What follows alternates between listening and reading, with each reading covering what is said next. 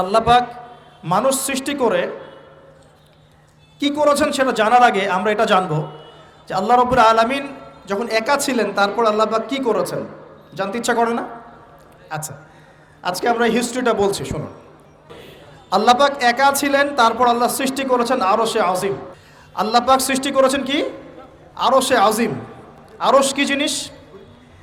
যেই আরশের ছায়ায় আল্লাহ পাক কিয়ামতের মাঠে 7 শ্রেণীর মানুষকে ছায়া দিবেন, যেদিন এই ছায়া ছাড়া অন্য কোনো ছায়া থাকবে না। আরশটাকে একটু বুঝি। একটা হাদিসের মধ্যে নবী সাল্লাল্লাহু আলাইহি ওয়াসাল্লাম বলেছেন, নবীর নাম শুনলেই দরুদ পড়বেন, বলবেন সাল্লাল্লাহু আলাইহি ওয়াসাল্লাম। নবীজি বলছেন, দেখো এই পৃথিবী থেকে প্রথম মহাবিশ্বের দূরত্ব হচ্ছে 500 বছরের পথ। কত বছর? 500 বছর। এভাবে দ্বিতীয় মহাকাশ থেকে তৃতীয় মহাকাশ দূরত্ব 500 বছরের পথ। এইভাবে প্রত্যেক আসমানের মধ্যে দূরত্ব হচ্ছে কত বছরের পথ? 500। সপ্তম আসমানের উপরে আছে সিদরাতুল মুনতাহা। কি আছে? এটা একটা কুল গাছ, বড়ই গাছ। নাসা আবিষ্কার করতে পেরেছে, অতএব বিশ্ববাসী বিশ্বাস করবে না। নাসা যদি কালকে বলে হ্যাঁ পাওয়া গেছে সিদরাতুল মুনতাহা, তাহলে বিশ্ববাসী বিশ্বাস করবে। একটা শিরকি দর্শন চলছে, কুফরি দর্শন। ও যখন বলবে হ্যাঁ, তখন সবাই বলে হ্যাঁ, যখন তারা বলে না, সবাই বলে না। আল্লাহ পাকের ওহীর জ্ঞানের কোনো মূল্য নাই সবার কাছে, ইল্লা মাশাআল্লাহ। সিদরাতুল মুনতাহার উপরে আছে কুরসি। কি আছে? কুরসি। আল্লাহ পাকের কুরসি, যেটা আপনি আয়াতুল কুরসির মধ্যে পড়েন, ওয়াসিআ কুরসিয়ুহুস সামাওয়াতি ওয়াল আরদ, মানে আল্লাহ পাকের কুরসিটা আসমান জমিনকে ঘিরে রেখেছে। আর বলে রাখি যে প্রত্যেক ফরজ নামাজের পর যে আয়াতুল কুরসি পড়ে, জান্নাতে যাওয়ার জন্য তার একটাই বাধা, মৃত্যু। মৌত হয়ে গেলে জান্নাতে চলে যাবে। একটা হাদিস আসছে, রাত্রেবেলা ঘুমানোর সময় কেউ যদি আয়াতুল কুরসি পড়ে, সারা রাত আল্লাহর পক্ষ থেকে একজন ফেরেশতা তাকে পাহারা দিবে ইনশাআল্লাহ। এই ফেরেশতা তো দেখা যায় না, দেখা যায়? তো কয়দিন পর যদি বলে যে যা দেখা যায় না তা বিশ্বাস করা যাবে না, আসলে কিন্তু এপিস্টেমোলজি তাদের এটাই, যা দেখে না তা বিশ্বাস করে না। পশ্চিমারা কি ফেরেশতায় বিশ্বাস করে? কেন করে না? এটা তো একটা প্রশ্ন, উত্তরটা আমি বলছি আপনাদেরকে। কারণ তাদের জ্ঞান তত্ত্ব হচ্ছে যা চোখে দেখি না, যা পরীক্ষা নিরীক্ষা পর্যবেক্ষণে আসে না, তার কোনো অস্তিত্ব নাই। এটা ওদের ফিলোসফি অফ এডুকেশন, শিক্ষা দর্শন। এটাকে আমরা ফিলোসফির ভাষায় বলি এপিস্টেমোলজি বা জ্ঞান তত্ত্ব। জ্ঞান তত্ত্ব টিচার যারা আছেন তারা বুঝবেন, তাদের জ্ঞান তত্ত্ব এমন। আর আমাদের জ্ঞান তত্ত্ব উল্টা, টোটালি ডিফারেন্ট। আমরা কি বলি? আমরা বলি ওয়াকুলিল হাক্কু মির রাব্বিকুম, সত্য আল্লাহর পক্ষ থেকে আসে। আমরা বলি যে অদৃশ্যে বিশ্বাস না করা পর্যন্ত কেউ মুমিনই হতে পারবে না। ইমানের কয় পিলার? ইমানের কয় পিলার? 6 পিলার। আমানতু বিল্লাহি, আল্লাহর প্রতি বিশ্বাস করলাম, ওয়া মালাইকাতিহি, তার ফেরেশতাগণের প্রতি, ওয়া কুতুবিহি, আল্লাহ পাকের আসমানি কিতাব সমূহের প্রতি, ওয়া রুসুলিহি, আল্লাহ পাকের রাসূলগণের প্রতি, ওয়াল ইয়াউমিল আখির, পরকালের প্রতি, ওয়াল কদরি খায়রিহি ওয়া শাররি, তাকদীর বা ভাগ্যের ভালো মন্দের প্রতি। এই 6টার একটাও কি চোখে দেখা যায়? আল্লাহকে দেখেছেন? ফেরেশতা দেখেছেন? আমাদের নবীকেও কি দেখেছেন? শুধু কোরআনটা আপনি চোখের সামনে দেখছেন, আর কিচ্ছু আপনি দেখছেন না। পরকাল দেখেছেন? তাকদীর ভাগ্য দেখেছেন? কিচ্ছু দেখি নাই। এই 6টা পিলারে বিশ্বাস না করতে পারলে কেউ মুমিন হতে পারবে না। পারবে? আলিফ লাম মিম যালিকাল কিতাবু লা রাইবা ফি হুদাল লিল মুত্তাকিন। কারা মুত্তাকি? আল্লাযীনা ইউমিনুনা বিল গায়বি। এই যে 6টা গায়েবে যারা বিশ্বাস করে, এরা হলো মুমিন, মুত্তাকি। তাহলে আমাদের জ্ঞানের ভিত্তিটা কি? আমরা অদৃশ্যে বিশ্বাস করি, আর ওদের জ্ঞানের ভিত্তি হচ্ছে ওরা চাক্ষুষ যা দেখে তাতে বিশ্বাস করে। এই জায়গাতেই তো পার্থক্য জ্ঞানতাত্ত্বিক। এই কারণেই ওরা ফেরেশতায় বিশ্বাস করে না, আল্লাহয় বিশ্বাস করে না, নবী রসুলগণে বিশ্বাস করে না। তারা বলছে আল্লাহর সন্তান আছে, নাউযুবিল্লাহ। হ্যাঁ, তারা আসমানি কিতাবে বিশ্বাস করছে না, তার ধর্মের কনসেপ্টে বিশ্বাস করছে না। তারা পরকাল, পুনরুত্থান, হাসর, কিয়ামত, মিজান, পুলসিরাত কিছুই বিশ্বাস করে না। বিশ্বাসগত পার্থক্য এখানে। এখন মুমিন মুসলিম হিসাবে আমরা বিশ্বাস করি আল্লাহ পাকের ফেরেশতা আছে না নাই? আছে। এখন এই ফেরেশতারা 8জন ফেরেশতা, বড় বড় 8জন ফেরেশতা, তারা আল্লাহ পাকের আরশটাকে ধরে রেখেছে। কয়জন ফেরেশতা? 8জন। এই 8জন ফেরেশতা আল্লাহর আরশকে টেনে নিয়ে আসবে কিয়ামতের মাঠে। বলেন সুবহানাল্লাহ। আল্লাহ পাকের এমনও ফেরেশতা আছেন যারা একটা ফুৎকার দিবে, জাস্ট একটা ফু, এক ফুৎকারে পুরো মহাবিশ্ব ধ্বংস হয়ে যাবে। এত শক্তিশালী ফেরেশতা আছে আল্লাহ পাকে। আমরা যখন মায়ের গর্ভে ছিলাম, এরকম একজন ফেরেশতাই আল্লাহর পক্ষ থেকে রূহ নিয়ে এসে মায়ের গর্ভে ফুঁকে দিয়েছে এবং আল্লাহর হুকুমে 4টা বিষয় লিখে দিয়েছে। আমরা প্রত্যেকে যখন মায়ের গর্ভে ছিলাম, বয়স ছিল 4 মাস 10 দিন। আমরা তো সব ভুলে গেছি এখন এগুলো, মাত্র 4 মাস 10 দিন। এখন শরীরে শক্তি আছে তো, এই জন্য শৈশব বাল্যকাল সব ভুলে গেছে। আবার একদিন শরীরে শক্তি থাকবে না, তখন আবার আল্লাহ আল্লাহ করা শুরু করবো। 2 দিন ডায়রিয়া হলেই আল্লাহ আল্লাহ শুরু হয়ে যায়। যখন মানুষ সুস্থ থাকে আল্লাহর বিরুদ্ধাচারণ করে, আল্লাহ বলতে কেউ নাই। ঠিক আছে?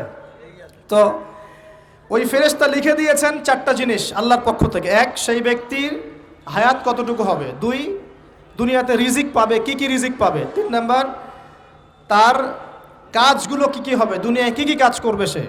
আর 4 নাম্বার, তার সৌভাগ্য, সে সৌভাগ্যবান হবে না দুর্ভাগ্যবান হবে, মানে জান্নাতি হবে না জাহান্নামী হবে। এটা লিখে দেওয়া হয়ে গেছে। এখন এরকম 8 জন বড় বড় ফেরেশতা আল্লাহর আরশটাকে ধরে রেখেছেন। আর আমরা বলছি কুরসির কথা। এই কুরসি আসমান জমিনকে ঘিরে আছে। আর আয়াতুল কুরসি যে ব্যক্তি তেলাওয়াত করবে, ইনশাআল্লাহ তাআলা আল্লাহর পক্ষ থেকে একজন ফেরেশতা তাকে সারা রাত পাহারা দিবে ইনশাআল্লাহ। কে অপরকে আল্লাহর জন্য মহব্বত করে। বয়ফ্রেন্ড গার্লফ্রেন্ড ট্রেডিশন বলা হচ্ছে না, বয়ফ্রেন্ড গার্লফ্রেন্ডের হারাম জেনার ভালোবাসা বলা হচ্ছে না। কি বলা হচ্ছে? দিনের জন্যে, আল্লাহর জন্যে দুজন পরস্পরকে ভালোবাসে, আল্লাহর জন্যেই বিচ্ছেদ ঘটে। 5 নাম্বার, সেই ব্যক্তি যাকে, যুবক ভাই শোনেন ভালো করে, সেই ব্যক্তি যাকে কোনো সুন্দরী নারী জেনার জন্যে ডাকে। সুন্দরী উচ্চ বংশের কোনো মেয়ে নিজেই জেনা করার জন্য ডাকে, কিন্তু যুবক বলে আমি আল্লাহকে ভয় করি, ইন্নী আখাফুল্লাহ, আমি আল্লাহকে ভয় করি। এরকম যুবক আছে এখনো বাকি সমাজে? এখন তো ইচ্ছা করেই মানুষ জেনা করে। এখন তো জেনা এত সহজ, মানুষ 1000, 1500, 2000 টাকা দিয়ে জেনা করতে পারে। এই সমাজে জেনা সহজ, বিয়ে হয়েছে কঠিন। এই সমাজে জেনাটা সহজ হয়ে গেছে, বিয়েটা কঠিন হয়ে গেছে। এই জন্য বিয়ের ঝামেলা অনেকে যেতে চায় না। জেনা করেই তো আমি যা উদ্ধার করার করছি। বিয়ে করলে খাওয়াতে হবে, নিজের পায়ে দাঁড়াতে হবে, এই লাগবে সেই লাগবে, সুবহানাল্লাহ। কিন্তু প্রিয় ভাই মনে রাখবেন, যদি আপনি জেনা থেকে বেঁচে থাকতে পারেন, আল্লাহ পাক আপনাকে সাক্ষাৎ মৃত্যুর হাত থেকেও বাঁচাতে পারেন। এটা আমি এমনি এমনি বলি নাই, আমি দলিল দিচ্ছি। জেনা এমন একটা পাপ, যেই পাপ থেকে যদি কোনো যুবক নিজেকে বাঁচাতে পারে, আল্লাহ পাক তাকে সাক্ষাৎ মৌতের হাত থেকেও বাঁচাতে পারবে ইনশাআল্লাহ। কিভাবে?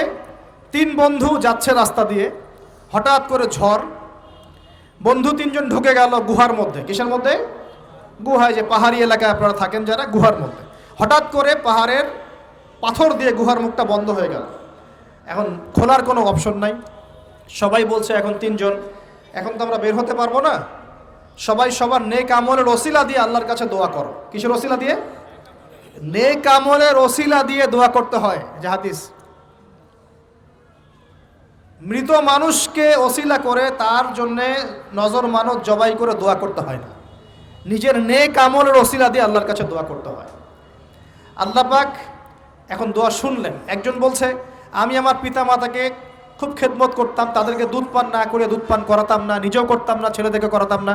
আল্লাহ, এই কাজটা তোমার ভালো লাগলে আজকে গুহার মুখ থেকে পাথর সরিয়ে দাও। পাথর একটু সরে গেল। পাথর আল্লাহর কথা শোনে কিনা? শোনে না? সবাই আল্লাহর কথা শোনে। আগুন আল্লাহর কথা শোনে কিনা? ইব্রাহিমের জন্য আগুন ঠান্ডা হয়ে যায় নাই? আচ্ছা, তারপরে আরেকজন দোয়া করছে, আল্লাহ, আমার এক কর্মচারী ছিল, তার বেতন বাকি ছিল, সে বেতন না নিয়ে চলে গেছে। আমি সেই বেতনটা দিয়ে কিছু গবাদি পশু কিনেছি। আস্তে আস্তে গবাদি পশু বেড়েছে। অনেক দিন পর সে এসেছে টাকা চাওয়ার জন্য। তা আমি বলেছি সবই তোমার, সব নিয়ে চলে যাও। সে বলেছে আপনি কি ফাইজলামি করতেছেন আমার সাথে? আমার টাকা আমাকে দেন। বলছে না, তোমার টাকা দিয়ে আমি এটা কিনেছিলাম, আজকে বংশবৃদ্ধি হয়েছে, সব তোমার, নিয়ে যাও। সে নিয়ে গেল। সে বলছে আল্লাহ, এই কাজ যদি তোমার সন্তুষ্টির জন্য করে থাকি, আজকে আমাকে বাঁচাও। পাথর একটু সরে গেল। এবার তৃতীয় ব্যক্তি, এই ছেলে বলছে, যুবক ছেলে, আল্লাহ, আমার একজন চাচাতো বোন ছিল। কে ছিল? এই যে বয়ফ্রেন্ড গার্লফ্রেন্ড, খালাতো বোন, চাচাতো বোন, এখন তো বিচ্ছিরি অবস্থা। এখন এমন একটা অবস্থা, পশ্চিমা সভ্যতার রিপোর্টগুলো পড়ে দেখি, ভাইও বোনের সাথে জেনা করে। নাউজুবিল্লাহ। ওদের ওখানে নিজের আপন পিতার দ্বারাও মেয়ে সেক্সুয়াল হ্যারাসমেন্টের শিকার হয়। ওরা আমাদেরকে শেখায় এখন ভালো কোনটা মন্দ কোনটা। আর আমরাও আমাদের মাথাটা কবে যে বিক্রি করে দিলাম, ওদের কাছ থেকে ভালো মন্দ শিখতে হচ্ছে। কোরআন সুন্নাহ বাদ দিয়ে ওদের কাছ থেকে ভালো মন্দ শিখতে হচ্ছে। তো চাচাতো বোনকে সে খুব ভালোবাসতো, তাকে সে পেতে চাইতো, মানে তার সাথে সেক্সুয়াল সম্পর্ক করতে চাইতো। আমাকে 1000 বা 100 স্বর্ণ মুদ্রা দিতে পারো, দিনার, তাহলে আমি তোমার সাথে সেক্স করব, মানে জেনা করব, নাউজুবিল্লাহ। তো সেই ছেলে অনেক কষ্ট করে এই টাকাগুলো বা এই দিনারগুলো অর্জন করে, কামাই করে, দিনরাত পরিশ্রম করে, ঠিক আপনারা যেমন করছেন আর কি। তো এরপর সে তার স্বর্ণ মুদ্রা দেয়, দিয়ে বলে যে এখন আমাকে আমার কাজ করতে দাও। তখন সেই মেয়ে রাজি হয়। ঠিক যে মুহূর্তে তারা সেক্সুয়াল সম্পর্কটা করবে, ঠিক ওই মুহূর্তেই এই মেয়ে বলে ওঠে, হে আল্লাহর বান্দা, আল্লাহকে ভয় করো। আমি সারা জীবন আমার সতীত্বকে ধরে রেখেছি, কাউকে দেইনি, আমি কারোর সাথে এরকম অন্যায় করি নাই, আমি খারাপ মেয়ে নই, তুমি আমার ইজ্জতটা নষ্ট করো না। কে বলছে কথা? মেয়ে। ওই অবস্থা থেকে কি একটা ছেলের উঠে আসা সম্ভব? এটা কি এতটাই সহজ? এটা কিন্তু সহজ না। সত্যি কথা বলতে এই বিষয়টা কিন্তু এতটাও সহজ না।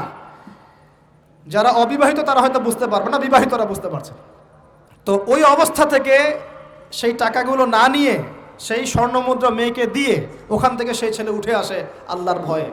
সে এখন গুহার মধ্যে আটকা পড়েছে, আল্লাহকে বলছে, আল্লাহ ওই দিন ওই কাজ যদি তোমার সন্তুষ্টির জন্য করে থাকি, আজকে আমাকে মৃত্যুর হাত থেকে বাঁচাও। সমস্ত পাথর ধপধপ করে সরে গেল গুহার মুখ থেকে। এটা কিন্তু কোনো গাল গল্প না, এটা বানু ইসরায়েলের ঘটনা, সত্য ঘটনা।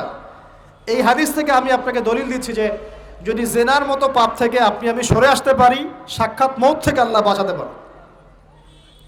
প্রিয় ভাই, সেই যুবক আরশের ছায়া ছায়া পাবে যে তার যৌবনকালটাকে আল্লাহর পথে কাটিয়েছে, এবং যাকে কোনো সুন্দরী মেয়ে জেনার জন্য আহ্বান করে, সে বলে আমি আল্লাহকে ভয় করি।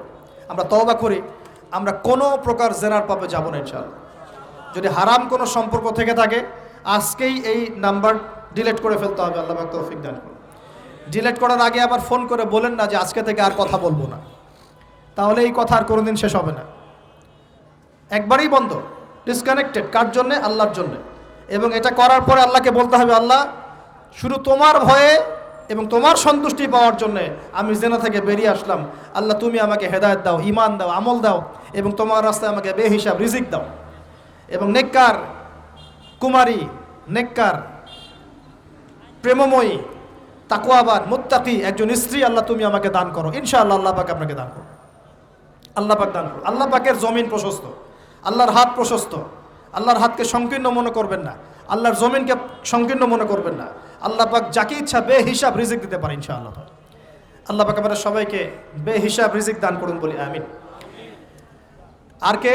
আর সেই ব্যক্তি যে এত গোপনে দান করে, যার বাহাত জানে না ডান হাত কি দান করেছে, যার বাহাত জানে না ডান হাত কি দান করেছে। আমাদের মতো নয় যে 10,000 টাকা দান করলে সবাইকে না জানানো পর্যন্ত ঘুম হচ্ছে না, এমন নয়। দান এমন গোপনে করে যে তার বাহাত জানে না ডান হাত কি দান করছে। আল্লাহ পাক আমাদের সবাইকে গোপনে দান করার তৌফিক দেন। এর মানে এই না যে প্রকাশ্যে দান করা যায় না, প্রকাশ্যেও দান করা যায়। অন্যকে উৎসাহিত করার জন্যে প্রকাশ্যেও দান করা যায়, কিন্তু গোপন দান আল্লাহর কাছে অনেক বেশি পছন্দের। আর 7 নাম্বার সেই ব্যক্তি যে নীরবে নিভৃতে গোপনে আল্লাহর কথা স্মরণ করে কাঁদে এবং তার চোখ দিয়ে অশ্রু প্রবাহিত হয়। এই 7 শ্রেণীর মানুষকে আল্লাহ পাক কিয়ামতের মাঠে আরশের ছায়ায় ছায়া দিবে ইনশাআল্লাহ। আমরা কি পেতে চাই? আল্লাহ পাক এই আরশ সবার আগে সৃষ্টি করেছেন। তারপর কি সৃষ্টি করেছেন? কলম। কি? কলম। কলম সৃষ্টি করে আল্লাহ পাক বলেছেন উকতুব, লিখো। কলম বলছে মাযা আকতুব, আমি কি লিখবো? আল্লাহ বলছেন কিয়ামত পর্যন্ত যা হবে সব লিখো। লাউহে মাহফুজে কলম লেখা শুরু করেছে, কিয়ামত পর্যন্ত যা হবে সব লেখা হয়ে গেছে অলরেডি। অতএব রিজিক নিয়ে আপনার টেনশন করার কোনো দরকার নাই, যা লেখা হয়েছে পাবেন ইনশাআল্লাহ।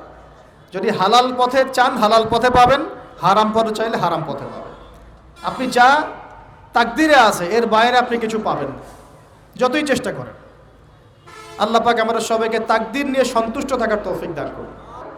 আমরা কি তরবারের জোরে ইসলাম প্রচার করেছি, নাকি আদর্শের জোরে হয়েছে? আদর্শ দেখে, মুসলিমদের চরিত্র দেখে, তাদের চারিত্রিক মাধুর্য দেখে, কোরআন সুন্নাহর প্রামাণ্যতা দেখে লক্ষ লক্ষ মানুষ ইসলাম কবুল করেছে আলহামদুলিল্লাহ, এখনও করছে আলহামদুলিল্লাহ। এখন যে সারা বিশ্বে মানুষ মুসলিম হচ্ছে কোন জায়গায় মুসলিমরা গলার জোরে তরোয়ারের জোরে ইসলাম প্রচার করছে দেখান দেখি। এখন কি বিশ্বে মানুষ মুসলিম হচ্ছে না? হচ্ছে কি না? পশ্চিমা সভ্যতা মানুষরা মুসলিম হচ্ছে না? এখন কি আমরা যুদ্ধ করছি? তরবারি দিয়ে ওদেরকে ধরে রেখেছি, এই ইসলাম কবুল কর, এটা বলেছে? প্রিয় ভাইরা, যেটা বলতে চাচ্ছিলাম, ফেরেশতারা বলেছেন রক্তপাত ঘটাবে আর ফাসাদ সৃষ্টি করবে। তারা কি সঠিক না ভুল? ফেরেশতারা সঠিক না ভুল? সঠিক। তারা কি গায়েব জানতেন? উত্তর না। তারা কিসের আলোকে বলেছেন? ওই যে বাসিরা, দূরদর্শিতা। জিন জাতি যা করেছে এরা তো তাই করতে পারে। আল্লাহ পাক কি বলছেন? আল্লাহ পাক বলছেন ইন্নী আ'লামু মা লা তা'লামুন, আমি যা জানি তোমরা তা জানো না। মানে আমার অনেক শুকরগুজার বান্দা থাকবে যারা আমার আনুগত্য করবে, আমার বিরুদ্ধাচরণ করবে না। আমরা ওই বান্দাদের অন্তর্ভুক্ত হতে চাই, আল্লাহ পাক কবুল করুন বলি। এটা বলে রাখি যে জান্নাতের 120টা কাতার হবে। কয় কাতার? 120 কাতার। এর মধ্যে 80টা কাতার হবে উম্মতে মুহাম্মাদের মধ্য থেকে, আলহামদুলিল্লাহ। এবার আল্লাহ পাক আদম আলাইহিস সালামকে সৃষ্টি করলেন নিজ হাতে। সূরা সাদের মধ্যে আল্লাহ পাক বলেছেন খলাকতু বিয়াদাই, আমি নিজ হাতে ওকে সৃষ্টি করেছি। আল্লাহর হাত কেমন সেটা ব্যাখ্যা করার দরকার নাই, এগুলো নিয়ে চিন্তা করতে যাবেন না। আল্লাহ পাকের মতোই, কারোর সাথে সাদৃশ্যপূর্ণ নন।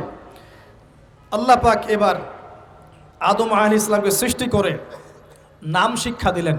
ওয়াল্লামা আদামাল আসমাআ কুল্লাহা, এই মহাবিশ্বের যত জ্ঞান আল্লাহ পাক আদম আলাইহিস সালামকে শিক্ষা দিলেন। বলেন সুবহানাল্লাহ। এখান থেকে দলিল পেলাম আমাদের পিতা বানর থেকে হয় নাই, আমাদের পিতাকে আল্লাহ পাক সৃষ্টি করেছে। আমাদের পিতাকে কে সৃষ্টি করেছেন?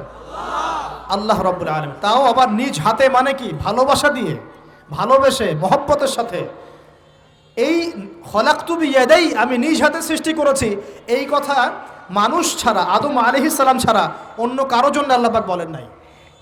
অন্য সবার জন্য আল্লাহ পাক বলেছেন ইযা আরাদা শাইআন আইয়াকুল লাহু কুন ফায়াকুন। যখন আল্লাহ পাক কিছু করতে চান খালি বলেন কুন, হও, ফায়াকুন, হয়ে যায়। ওখানে আল্লাহ পাক বলেন নাই সাগর সৃষ্টি করেছে হাত দিয়ে, এই গ্রহ নক্ষত্র সৃষ্টি করেছে আমার হাত দিয়ে। আল্লাহ পাক এমনটা বলেন নাই। আদম আলাইহিস সালামকে আল্লাহ পাক কত মহব্বত করেন, আল্লাহ পাক বলছেন যে আমি তাকে আমার নিজ হাতে সৃষ্টি করেছি। আর আজকে তোমরা শেখাচ্ছ মানুষকে, আস্তাগফিরুল্লাহ, যে মানুষ বানর থেকে হয়ে যায়। কত বড় কুফরি, কত বড় শিরক, কত বড় লজ্জা। নিজের সম্মান মানুষ নিজেভাবে নষ্ট করতে পারে, নিজের সম্মান নিজে নষ্ট করতে পারে।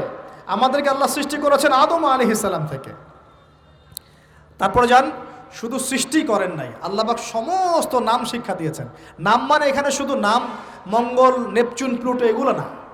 নাম মানে হচ্ছে জ্ঞান। নাম মানে কি? জ্ঞান।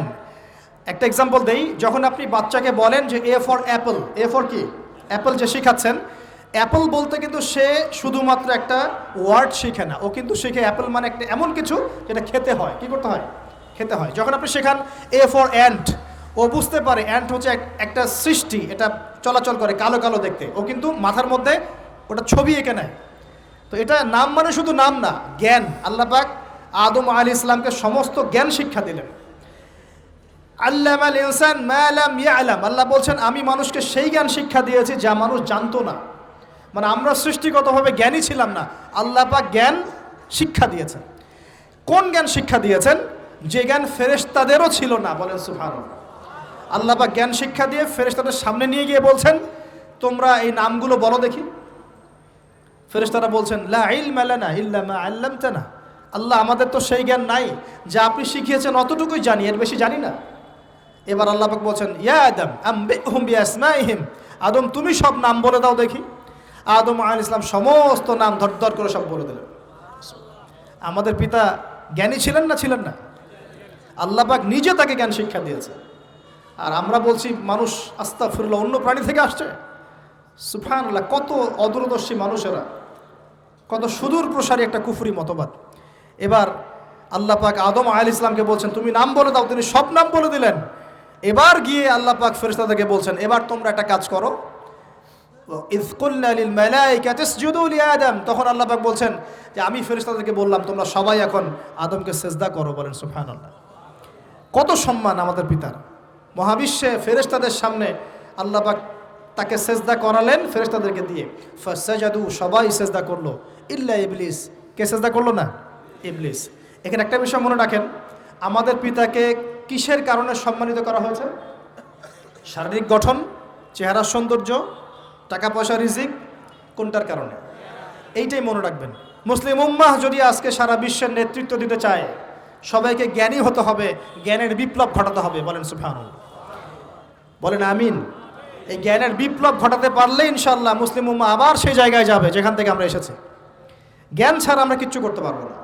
আর এই জ্ঞান মানে শুধু একমুখী শিক্ষা নয়, জেনারেল শিক্ষা, ইসলামিক শিক্ষা, এই দুইটাকে হারমোনিয়াসলি কম্বাইন্ড করতে হবে, করে এমন জ্ঞান অর্জন করতে হবে যেই জ্ঞান দিয়ে বিশ্বকে আমরা চ্যালেঞ্জ করতে পারি। এটাই এই বিশ্বের সবচেয়ে বড় চ্যালেঞ্জ এখন, মুসলিমদের সবচেয়ে বড় চ্যালেঞ্জ এখন এটাই, ইসলামিক শিক্ষা এবং জেনারেল শিক্ষাকে একত্রিত করে এমন প্রজন্ম তৈরি করা যে প্রজন্ম আগামী দিনে উম্মাকে নেতৃত্ব দেবে ইনশাআল্লাহ। এই একটা কাজ যদি কেউ করে যেতে পারে, আল্লাহ পাক তৌফিক দেখ, আমরা দোয়া করি আল্লাহ পাক এমন নেতা আমাদের উপরে নিয়ে আসুক যারা এরকম প্রজেক্ট লঞ্চ করতে পারে। বলেন আমিন। দোয়া করতে কোনো সমস্যা? অথবা যদি কেউ হাল না ধরে, আল্লাহ পাক যেন এমন কিছু মানুষ তৈরি করে দেন যারা এই জ্ঞানতাত্ত্বিক বিপ্লব নিয়ে কাজ করবে ইনশাআল্লাহ। এটা সবচেয়ে ইম্পর্টেন্ট কাজ এখন, না হলে আজকে থেকে 20-30 বছর পরে এই প্রজন্মকে আপনি আর খুঁজে পাবেন না। দেখবেন এমন প্রজন্ম চলে আসছে যারা বলবে আল্লাহর সাথে আমাদের কোনো সম্পর্ক নাই, নামাজ পড়বে না, রোজা রাখবে না, যাকাত দিবে না, আল্লাহকে চিনবে না। দেখে নিয়েন, আমরা দোয়া করি এমনটা না হোক, কিন্তু যদি আমরা হাল ছেড়ে দিই এখন, এমনটাই হবে সামনে। এটা খিদিরের দৃষ্টিভঙ্গি দিয়ে আপনাদেরকে বললাম, জ্ঞানতাত্ত্বিক রেভলিউশন দরকার। যদি কেউ কোনো উদ্যোগ না গ্রহণ করে, অ্যাটলিস্ট বাসায় পারিবারিকভাবে হলেও আপনাকে শেখাতে হবে সন্তানকে, কোনো অপশন নাই। এবার ফাসাজাদু, সবাই সেজদা করেছে ইল্লা ইবলিস, ইবলিস করে নাই। কেন করছে না ইবলিসের সমস্যাটা কি? ইবলিসকে আল্লাহ পাক জিজ্ঞাসা করছেন, আল্লাহ পাক জিজ্ঞাসা করছেন মা মানাআকা আল্লা তাসজুদা ইযা আমারতুক, আমি তোমাকে আদেশ করলাম আদমকে সেজদা করতে, কে তোমাকে নিষেধ করলো সেজদা করতে? ইবলিস বলছে, বেশি চালাক, বেশি বোঝে যারা, অতিরিক্ত বুদ্ধিজীবী। ইবলিস ছিল বেশি বুদ্ধিজীবী, ইবলিস ছিল কি অতিরিক্ত মাত্রার বুদ্ধিজীবী। আছে না আমাদের সমাজে এরকম কিছু মানুষ? ও বলছে খালাকতানি মিন নার, আমাকে সৃষ্টি করেছেন আগুন দিয়ে, আগুন তো সুপিরিয়র মাটির চাইতে। ও খালাকতাহু মিন তিন, আর আপনি এই আদমকে সৃষ্টি করেছেন মাটি থেকে, কাদা মাটি দিয়ে, আমি কেন আদমকে সেজদা করতে যাব? যুক্তি, অতি যুক্তিবাদী, অতি বুদ্ধি। আল্লাহ পাক বলছেন ফাখরুজ মিনহা ফাইন্নাকা রাজিম, এখান থেকে বের হয়ে যাও, তুমি অভিশপ্ত। ফাইন্না আলাইকা লা'নাতা ইলা ইয়াউমিদ্দিন, আমার আদেশ লঙ্ঘন করার কারণে কিয়ামত পর্যন্ত তোমার উপর লানত, অভিশাপ বর্ষিত। আল্লাহ পাক তাড়িয়ে দিলেন, একদম থ্রোন অ্যাওয়ে। আমরা বলি না আউযু বিল্লাহি মিনাশ শাইতানির রাজিম, রাজিম শব্দের মানে হচ্ছে বিতাড়িত, থ্রোন অ্যাওয়ে, কার্সড, যাকে অভিশাপ করা হয়েছে। এবার ভালো করে শোনেন প্রিয় ভাইরা, ইবলিসের এই স্টেটমেন্টগুলো শোনেন। এবার ইবলিস বলছে রব্বি আনজিরনি ইলা ইয়াউমি ইউবআসুন, এই স্টেটমেন্টটা ভালো করে শোনেন। ইবলিস বলছে রব্বি, হে আমার রব। ইবলিস বলছে রব্বি, হে আমার রব। ইবলিস বলছে রব্বি, হে আমার রব, আমাকে অবকাশ দিন, আনজিরনি, আমাকে অবকাশ দিন, ইলা ইয়াউমি ইউবআসুন, কিয়ামত দিবস পর্যন্ত। ইবলিস আল্লাহকে বিশ্বাস করে কি করে না? ইবলিস আস্তিক না নাস্তিক? বলেন। ইবলিস বলছে রব্বি, রব্বি মানে কি? হে আমার রব। রব্বি মানে রব না, রব্বি মানে আমার রব। রব্বুন মানে রব, রব্বুহু তার রব, রব্বুহুম তাদের রব, রব্বুকা মানে তোমার রব, রব্বুকুম মানে তোমাদের রব, রব্বি মানে কি? আমার রব, রব্বুনা আমাদের রব। এটা গ্রামার, বুঝতে পারছেন? ইবলিস বলছে রব্বি মানে কি? হে আমার রব, আনজিরনি, আমাকে অবকাশ দিন, ইলা ইয়াউমি ইউবআসুন, কিয়ামত দিবস পর্যন্ত। ইবলিস আস্তিক না নাস্তিক? তাহলে এখন বলেন তো, আমরা যারা দুনিয়াতে আল্লাহকে অস্বীকার করছি তারা ইবলিসের চেয়ে বড় না ছোট? দলিল দিলাম তো, নাকি এমনি এমনি বললাম? আচ্ছা, আল্লাহ পাক বলছেন যাও, ফাইন্নাকা মিনাল মুনজারিন, তোমাকে অবকাশ দেয়া হলো, কারণ কিয়ামত পর্যন্ত সময় আল্লাহর কাছে খুব বেশি কিছু না, এক দিনেরও কম, অল্প সময়, একটা সকাল একটা সন্ধ্যার মতো। ঠিক আছে, দিলাম, যাও। এবার ইবলিস চ্যালেঞ্জ করছে। এই চ্যালেঞ্জটা আমাদের সবাইকে মনে রাখতে হবে, সারা জীবন ইবলিসের এই স্টেটমেন্টটা মনে রাখতে হবে। সেটা কি? ইবলিস বলছে ফাবিমা আগওয়াইতানি, সূরা আরাফ পড়ে দেখবেন। ইবলিস বলছে ফাবিমা আগওয়াইতানি, আপনি যে আদমের কারণে আমাকে আজকে বের করে দিলেন জান্নাত থেকে, লাআকুদান্না লাহুম সিরাতাকাল মুস্তাকিম, আমি সেই আদমের সরল পথে ওত পেতে বসে থাকবো, চুপটি ঘাপটি মেরে বসে থাকবো, ঘাপটি মেরে ওর জন্য বসে থাকবো। আর সুম্মা লাতিয়ান্না মিন বাইনি আইদিহিম, আমি অবশ্যই তার সামন থেকে আসব। সুম্মা লায়াতিয়ান্নাহুম মিন বাইনি আইদিহিম, আমি আদম সন্তানদের সামন থেকে আসব, সামন থেকে মানে সরাসরি ওয়াসওয়াসা দিব। ওয়া মিন খালফিহিম, পেছন থেকে আসব মানে পিছন থেকে ওয়াসওয়াসা দিব। ওয়া আন আইমানিহিম, ডান দিক থেকে ওয়াসওয়াসা দিব। ওয়া আন শামাইলিহিম, বাম দিক থেকে আসব। ওয়া লা তাজিদু আকসারাহুম শাকিরিন, আপনি বেশিরভাগ আদম সন্তানকে শুকরগুজার পাবেন না। ইবলিস ঠিক বলেছে না ভুল বলেছে? বেশিরভাগ মানুষ নামাজ পড়ে না। বেশিরভাগ মানুষ সুদ খায় কি খায় না? বেশিরভাগ মেয়ে এখন বেপর্দায় চলে কি চলে না? বেশিরভাগ মানুষ এখন অন্যায় করে কি করে না? বেশিরভাগ মানুষই আল্লাহ থেকে দূরে চলে। ইবলিস কিন্তু ঠিকই বলেছে, ঠিক বলে নাই? আচ্ছা, আল্লাহ পাক বলছেন ঠিক আছে যাও, তোমার চ্যালেঞ্জ তোমার জায়গায়, তবে আমার বান্দারা যদি সারা জীবনও অন্যায় করার পরে একবার, যদি খালি একটাবার মন থেকে তাওবাতান নাসুহা মানে প্রকৃত তওবা করে, খালেস তওবা করে, আল্লাহর কাছে ফিরে আসে, বলে আস্তাগফিরুল্লাহ, আল্লাহ আমাকে মাফ করে দাও, রব্বিগফির ওয়ারহাম, আল্লাহ মাফ করো, ক্ষমা করো, আস্তাগফিরুল্লাহাল্লাযী লা ইলাহা ইল্লা হুয়াল হাইয়ুল কাইয়ুম ওয়া আতুবু ইলাইহি, বা আমার কাছে একটাবার যদি মাফ চায়, ক্ষমা চায়, তার সারা জীবনের গুনাহ আমি মাফ করে দেব ইনশাআল্লাহ। আর কি চাই? ওই যে বললাম না, আমাদেরকে ভালোবেসে আল্লাহ সৃষ্টি করেছেন। এবার ইবলিস চলে গেল, আর আদম আলাইহিস সালামের পাজর থেকে আল্লাহ পাক সৃষ্টি করলেন হাওয়া আলাইহিস সালাম। বলে সুবহানাল্লাহ। কারণ সঙ্গিনী ছাড়া আমরা চলতে পারবো না। পারবো? যারা চিরকুমার সঙ্গে নাম লেখাচ্ছ, এগুলো থেকে বের হয়ে আস। এখন চিরকুমার থাকার টেন্ডেন্সি মানুষের। চিরকুমার থাকতে হবে কেন? সঙ্গীর দরকার আছে কি নাই? আছে। একা একা লাগে, মানুষ একা একা চলতে পারে না। ইব্রাহিম আলাইহিস সালাম একা চলে আসছেন, তার সাথে সারা আলাইহিস সালাম ছিলেন। আমাদের নবীজি যখন একা, তার সাথে খাদিজা রাদিয়াল্লাহু আনহা ছিলেন। ঠিক আছে? ঠিক একইভাবে আদম আলাইহিস সালাম একা একা জান্নাতে, আল্লাহ পাক তার পাজর থেকে সৃষ্টি করলেন কাকে? হাওয়া আলাইহিস সালাম। বলে রাখি, হাওয়া আলাইহিস সালাম ছিলেন পৃথিবীর সবচেয়ে সুন্দরী নারীদের একজন। দুজন নারীকে সবচেয়ে সুন্দরী বলা হয়। কয়জন? একজন হাওয়া আলাইহিস সালাম, আর একজন ইব্রাহিম আলাইহিস সালামের স্ত্রী সারা আলাইহিস সালাম। মনে থাকবে? এখানে মনে রাখবেন, নিজে যদি পবিত্র থাকেন, নিজের চরিত্রকে পবিত্র রাখেন, ইনশাআল্লাহ আপনি সব দিক থেকে ভালো একজন মেয়ে পাবেন ইনশাআল্লাহ। নিজের চরিত্র ঠিক থাকবে না, জেনা করবেন, 10 ঘাটের পানি খেয়ে আসবেন, দেখবেন যাকে বিয়ে করেছেন ও 15 ঘাটের পানি খেয়ে আসছে। সতর্ক থাকবেন, আল্লাহ পাক হেফাজত করুন বলি আমিন। এবার তারা দুজন জান্নাতে থাকতে লাগলেন। আল্লাহ পাক বলছেন, একটু মনোযোগ দেন, আল্লাহ বলছেন যে তোমরা দুজন জান্নাতে থাকো। ফাকুলা মিনহা রাগাদান হাইসু শি'তুমা, জান্নাতে যা ইচ্ছা তোমরা খাও, কোনো সমস্যা নেই, থাকো খাও। ওয়ালা তাকরাবা হাদিহি শাজারা, কিন্তু একটা আদেশ করছি তোমাদেরকে, এই যে গাছটা দেখছো, এই গাছের কাছেও যাবে না। শব্দগুলো বোঝার চেষ্টা করো। আল্লাহ পাক বলছেন না যে গাছের ফল খাবে না, আল্লাহ পাক বলছেন গাছের কাছেও যাবে না। ঠিক যেমন আল্লাহ বলছেন ওয়ালা তাকরাবু আমওয়ালাল ইয়াতীম, এতিমের মালের কাছেও যাবে না। আল্লাহ বলছেন না এতিমের মাল খেও না। আল্লাহ বলছেন ওয়ালা তাকরাবু জিনা, জেনার কাছেও যেও না। আল্লাহ কিন্তু বলছেন না জেনা করো না। ঠিক একই ভাষায় আল্লাহ পাক বলছেন ওয়ালা তাকরাবা হাদিহি শাজারা, তোমরা দুজন এই গাছের কাছেও যাবে না। That's all. আর কোনো সমস্যা নাই, জান্নাতে থাকো। এবার তারা জান্নাতে থাকতে লাগলেন। থাকতে থাকতে এক পর্যায়ে ইবলিস ওয়াসওয়াসা দেওয়া শুরু করলো।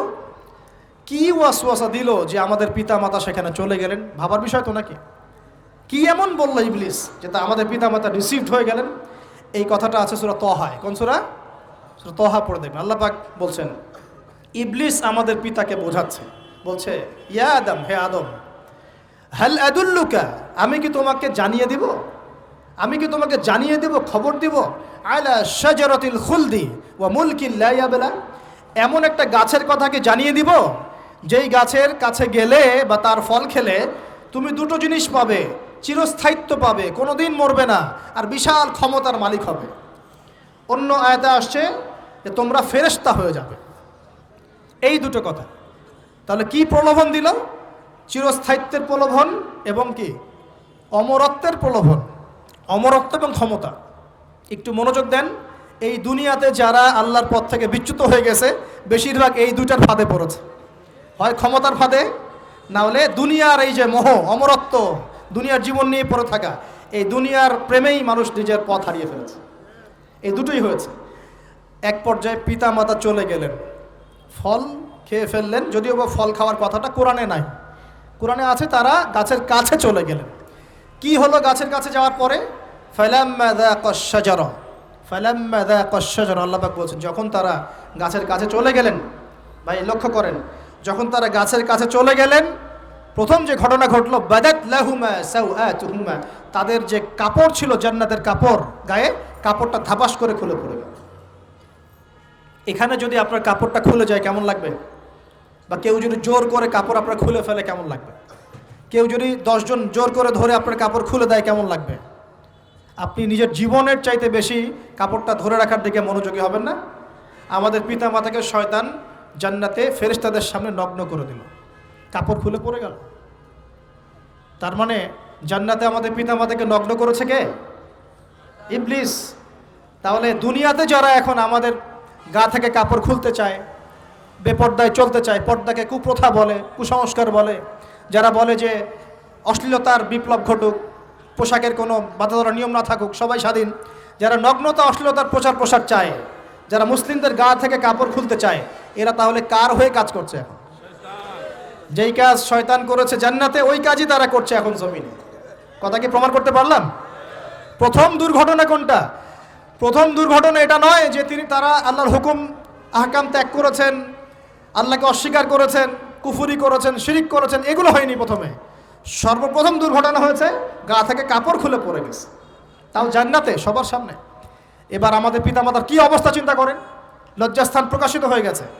এবার তারা জান্নাতের গাছের পাতা ছিঁড়ে ছিঁড়ে ছিঁড়ে এই লজ্জাস্থান ঢাকা শুরু করলেন। এটা সূরা আরাফের মধ্যে আছে।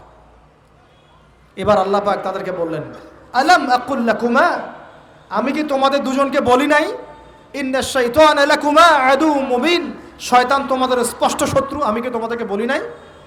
এবার আমাদের পিতামাতা দরদর করে চোখের পানি ফেলে দিয়ে আল্লাহকে বলছেন, রব্বানা যালামনা আনফুসানা ওয়া ইল্লাম তাগফির লানা ওয়া তারহামনা লানাকুনান্না মিনাল খাসিরিন। এই দোয়া করার পর আল্লাহ পাক তাদেরকে মাফ করে দিলেন, বলে সুবহানাল্লাহ। কিন্তু জান্নাতে আর থাকা হলো না, জান্নাতে আর থাকা হলো না। আমরা অনেকে মনে করি এই ঘটনার কারণে হয়তো আল্লাহ পাক তাদেরকে নামিয়ে দিয়েছেন, এই কথাও ঠিক না। কেন ঠিক না? কারণ আল্লাহ পাক দুনিয়া সৃষ্টি করেছেন আগে, আর আল্লাহ আগেই মানুষ সৃষ্টি করার আগেই আল্লাহ পাক বলেছেন দুনিয়াতে আমার খলিফা পাঠাবো। তার মানে দুনিয়াতে যে আদম আলাইহিস সালামকে পাঠানো হবে এটা আগে থেকেই লেখা ছিল। এবার নামিয়ে দিচ্ছেন আল্লাহ পাক, কুল নাহবিতু মিনহা জামিআ, তোমরা সবাই এখন নেমে যাও। কে কে নেমে যাও? আদম, হাওয়া, ইবলিস সব নেমে যাও। কোথায় নেমে যাও? দুনিয়াতে নেমে যাও। এই হাদিসটা কি জানেন? হাদিসটা শুনে রাখেন, এটা আখিরুজ জামান বা কিয়ামতের আলামত সংক্রান্ত হাদিসগুলোর মধ্যে পাবেন। আল্লাহর রাসূল সাল্লাল্লাহু আলাইহি ওয়াসাল্লাম বলেছেন, কিয়ামতের আগে আগে আমার উম্মতের মধ্যে, ভালো করে শোনেন, কিয়ামতের আগে আগে আমার উম্মতের মধ্যে একদল মানুষ বের হবে যারা মদ পানকে হালাল মনে করবে। কাকে?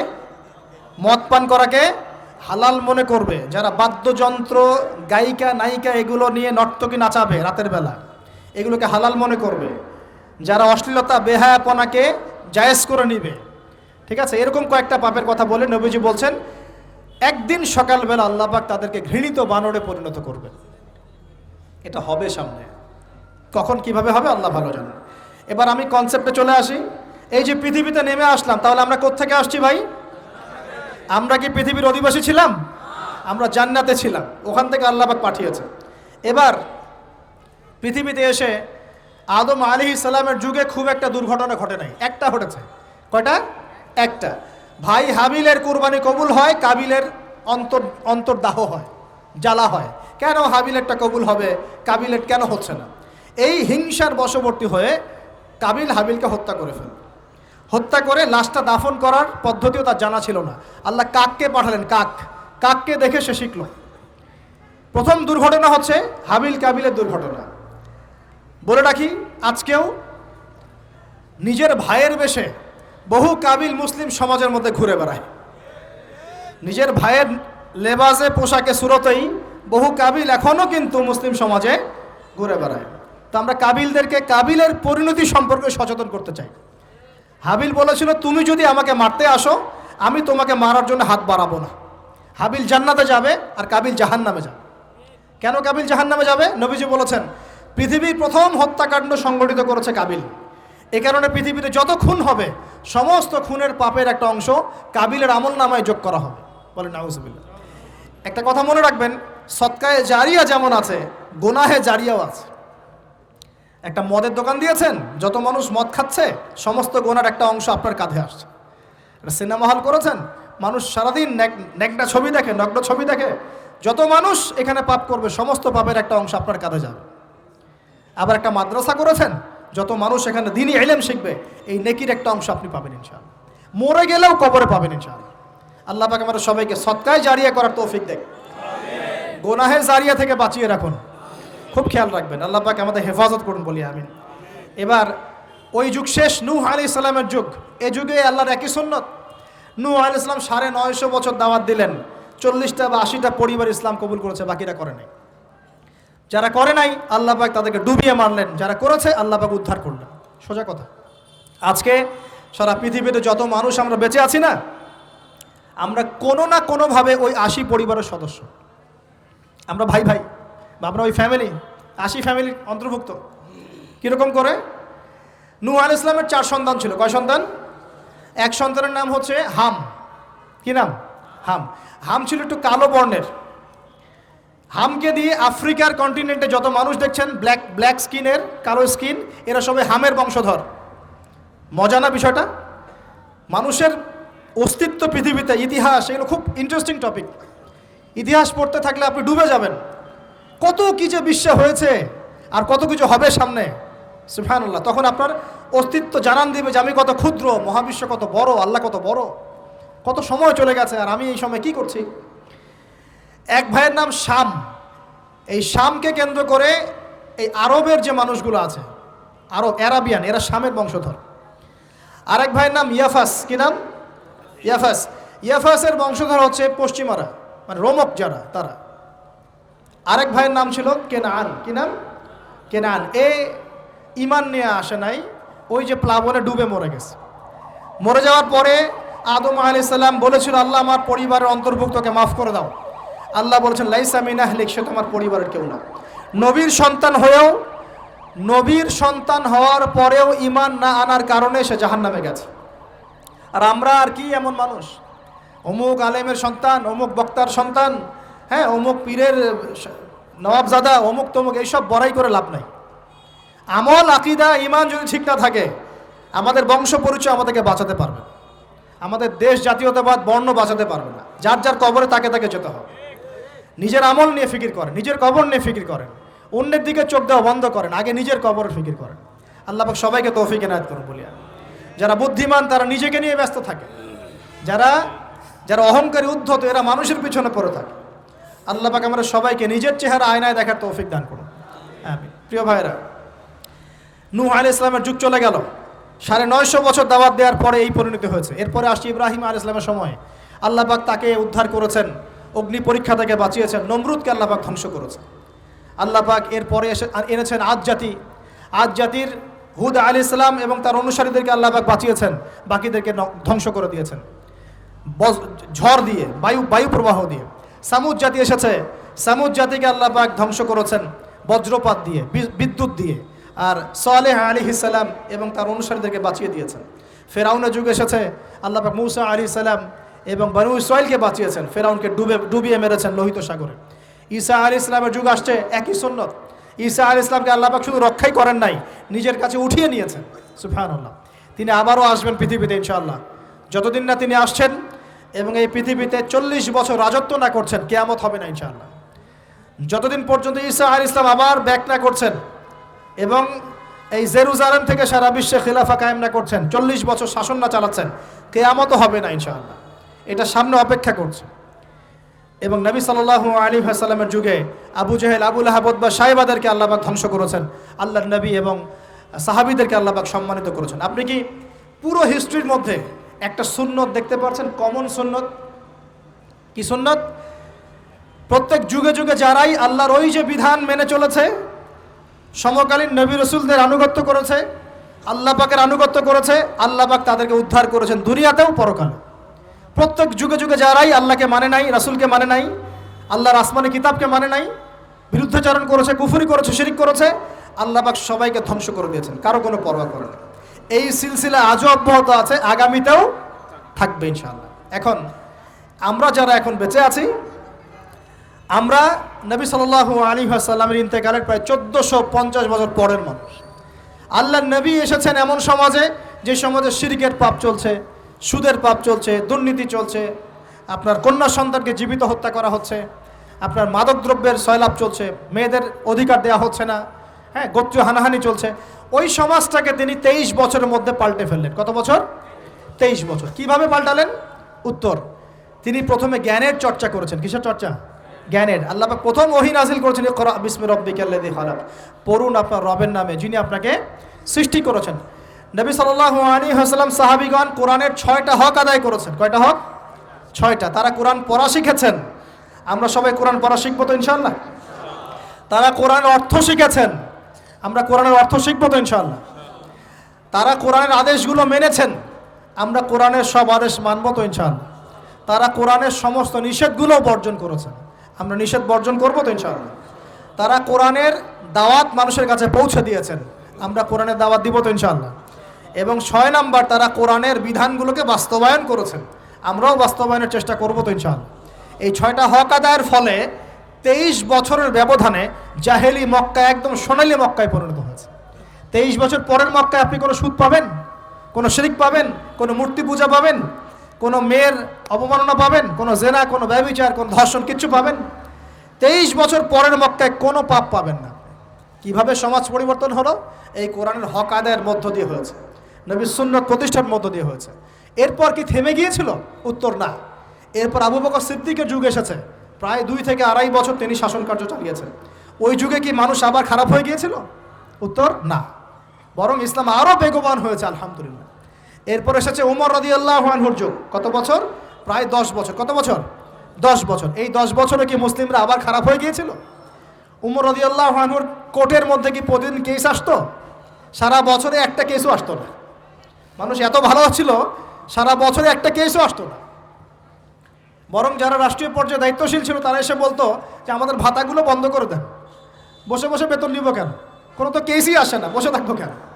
এরকম সমাজ ছিল।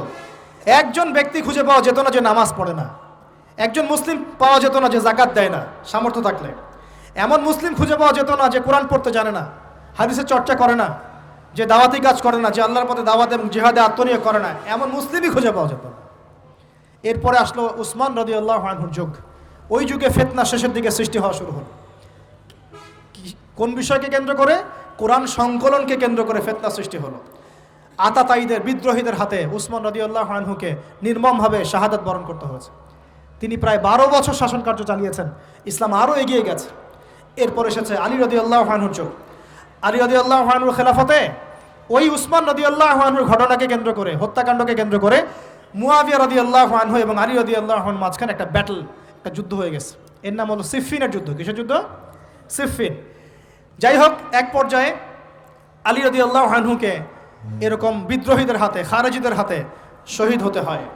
বলেন ইন্না লিল্লাহি ওয়া ইন্না ইলাইহি রাজিউন। তারপরে হাসান রাদিয়াল্লাহু আনহু অল্প কয়েকদিন শাসন কার্য চালান।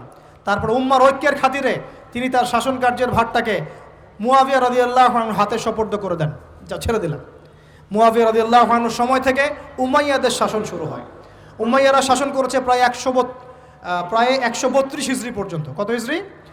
132 হিজরি পর্যন্ত, প্রায় 92 ইয়ার্স, 90-92 বছর তারা শাসন করেছে। এ সময় ইসলাম আরও এগিয়ে গেছে, পিছিয়ে যায় নাই। ফিতনা এসেছে, দমন করা হয়েছে। মুসলিমরা বীর দর্পে বিশ্বের বুকে শাসন কার্য চালিয়েছে। এরপর এসেছে আব্বাসীয়দের খেলাফত। জাব নদীর যুদ্ধে উমাইয়াদের পরাজয়ের পরে আব্বাসীয়রা ক্ষমতায় আসে। তারাও ইসলামকে এগিয়ে নেওয়ার চেষ্টা করছিল, ইসলাম এগিয়ে যাচ্ছিল, জ্ঞান বিজ্ঞানের প্রসার হচ্ছিল। আলহামদুলিল্লাহ, ইসলাম পিছিয়ে যায় নাই, মুসলিমরা পিছিয়ে যায় নাই। সারা বিশ্বে দাপটের সাথে আমরা চলেছি। তারপরে আস্তে আস্তে ওই আব্বাসীয়দের পতন শুরু হলো। কাদের হাতে? এই তাতারিদের হাতে, মঙ্গোলিয়ানদের হাতে। মাত্র 40 দিনের ব্যবধানে পুরো বাগদাদের মধ্যে প্রায় 20 থেকে 25 লক্ষ মানুষকে হত্যা করা হয়েছে। বাইতুল হিকমা ধ্বংস করে দেওয়া হয়েছে, লাইব্রেরি ধ্বংস করে দেওয়া হয়েছে, বইপত্রকে নদীতে ফেলে দেওয়া হয়েছে। তারা ছিল উগ্র জাতি। মঙ্গোলিয়ানদের নাম শোনে নাই? হালাকু খা নাম শুনেছেন? চেঙ্গিস খান, হালাকু খান নাম শোনে নাই? ওদের হাতে মুসলিমদের ব্যাপক দমন পীড়ন সহ্য করতে হয়েছে। এভাবে যুগে যুগে তারপর ক্রুসেডাররা আসছে। ক্রুসেড 1টা 2টা 3টা ক্রুসেড হচ্ছে। আস্তে আস্তে উসমানীয়দের রাইজিং হয়েছে, ফাতেমি খেলাফত এসেছে, মামলুকদের শাসন এসেছে, এদিকে মোগলরা শাসন করেছে। কর্ডোভার দিকে আব্দুর রহমান তারা শাসন করেছে। মানে এক কথায় সারা বিশ্বে মুসলিম শাসন ছিল। অটোমান এম্পায়ার 1923 এই সময়ের দিকে, 1914 থেকে 1923 এই সময় পর্যন্ত অটোমান এম্পায়াররাই বিশ্বে ছিল। তারপরে মুসলিমরা আস্তে আস্তে রাষ্ট্র ভাগ করে ফেলেছে, প্রত্যেক রাষ্ট্র টুকরা টুকরা হয়ে গেছে, ইউনিটি নষ্ট হয়ে গেছে, রাষ্ট্রের ভিতরে বিভিন্ন ফাসাদ তৈরি করে দেওয়া হয়েছে, মুসলিমদের ঐক্য ভেঙে গেছে, ইকোনমি দুর্বল হচ্ছে, সব মিলিয়ে আজকে মুসলিমদের আজকে এই অবস্থা হচ্ছে। আমাদের এখন যুবকরা চিনে না আল্লাহকে, নামাজ পড়তে মানুষ খুঁজে পাওয়া যাচ্ছে না, যাকাত দেওয়ার মানুষ পাওয়া যায় না, রমজান মাসে পার্ট টাইম রোজা রাখে, পার্ট টাইম তারাবি পড়ে, পার্ট টাইম জুমায় আসে, পার্ট টাইম ঈদে নামাজ পড়ে। প্রজন্ম আস্তে আস্তে এই জায়গায় চলে আসছে, আল্লাহকে চিনে না, রাসূলকে চিনে না, ইসলামের হিস্ট্রি জানে না, আমাদের শেকড় জানে না। এমনি এমনি হয়নি, লাস্ট 100 বছরে এই জায়গায় আমরা আসছি। লাস্ট 100 বছরের হিস্ট্রি ভালো করে পড়ে দেখবেন, বলার সময় নাই এখানে। লাস্ট 100 বছরের হিস্ট্রি পড়ে দেখবেন যে জায়গায় আমরা ছিলাম সেখান থেকে একদম তলানিতে নেমে চলে আসছি। এখন প্রশ্ন হচ্ছে, এই অবস্থায় কি চিরস্থায়ী থাকবো নাকি এখান থেকে আমরা সামনে যাব? সামনে যে এমনি এমনি যাওয়া হবে না এটা নিশ্চিত।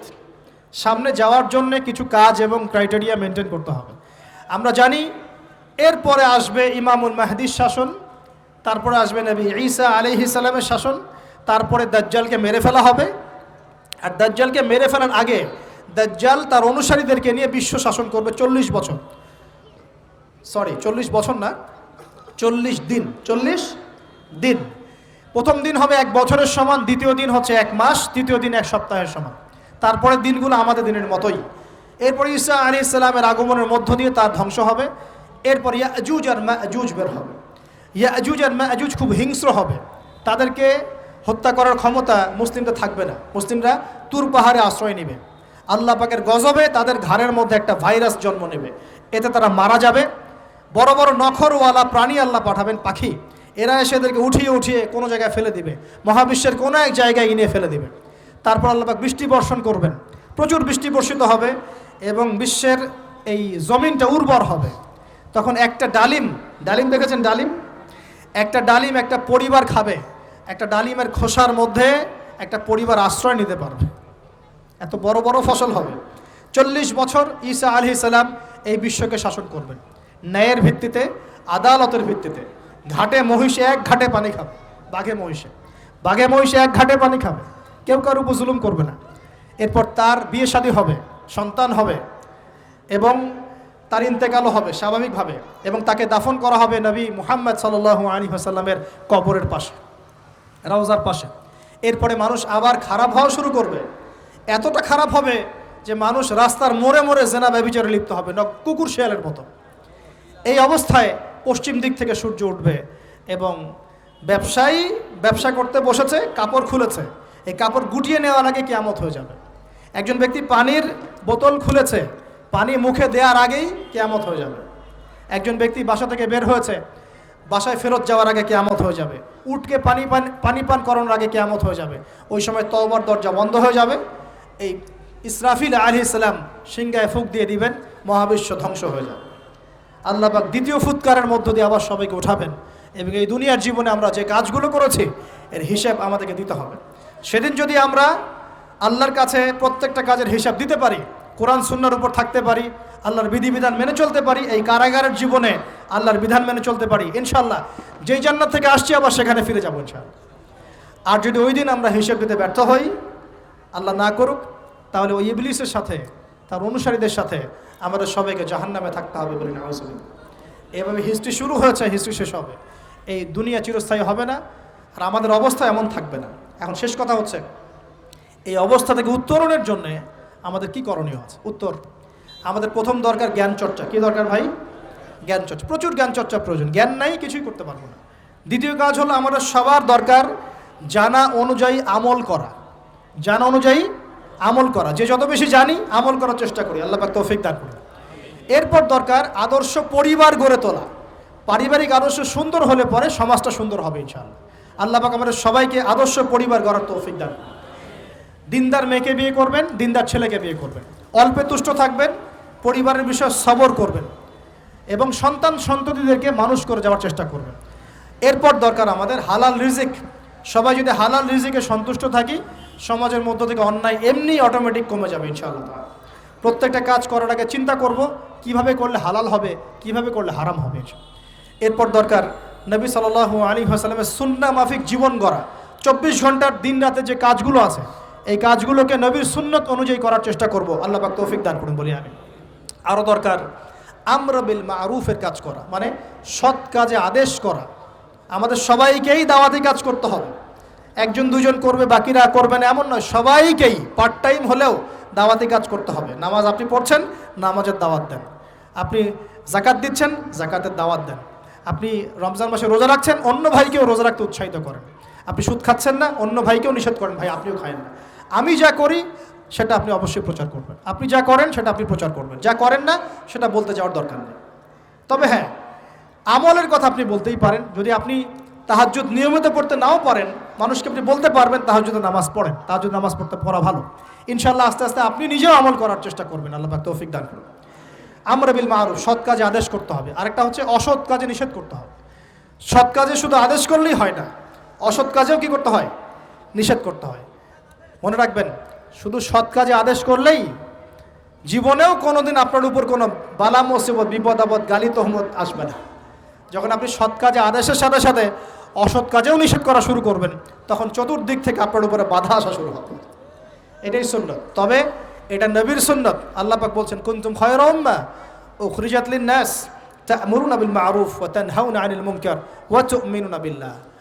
আর আমাদের দায়িত্ব হচ্ছে পরবর্তী প্রজন্মকে মানুষ করে যাওয়া, নিজেদের জানমাল সময় শ্রম দিয়ে আল্লাহর জমিনে আল্লাহর দিনটাকে প্রচার করা, প্রসার করা, প্রতিষ্ঠার চেষ্টা করা, এবং চরমপন্থী না হওয়া, আবার গোলালু মার্কা শৈথিলতাবাদীও না হওয়া, মধ্যমপন্থী থাকা, নিজের দায়িত্ব পালন করা, অন্যকে দিনের দিকে ডাকা।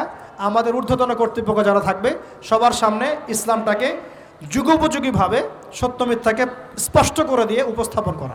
তারা যদি কবুল করে আলহামদুলিল্লাহ, যদি নাও করে তাদের দায়িত্ব তাদের, আমাদের দায়িত্ব আমাদের। That's all. আল্লাহ রাব্বুল আলামিন আমাদের সবাইকে কোরআন সুন্নাহ মাফিক জীবন করার তৌফিক দান করুন বলি আমিন। আমাদের সবাইকে আল্লাহ পাক পুরো ওয়ার্ল্ড হিস্ট্রি পড়ার তৌফিক দান করুন।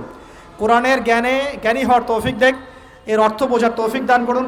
নবীর সুন্নাহ মাফিক জীবন করার তৌফিক দান করুন। হালাল খাওয়ার তৌফিক দেখ, আদর্শ পরিবার গড়ার তৌফিক দান করুন। এবং দিন ইসলামকে বিজয়ী করার জন্যে আমাদের জানমাল সময় শ্রম ব্যয় করে আল্লাহর পথে কাজ করার তৌফিক এনায়েত করুন। সকলেই বলে আমিন। أقول قولي هذا أستغفر الله لي ولكم ولسائر المسلمين. بارك الله لنا ولكم بالآية الحكيم إنه تعالى جواد كريم بر رؤوف رحيم.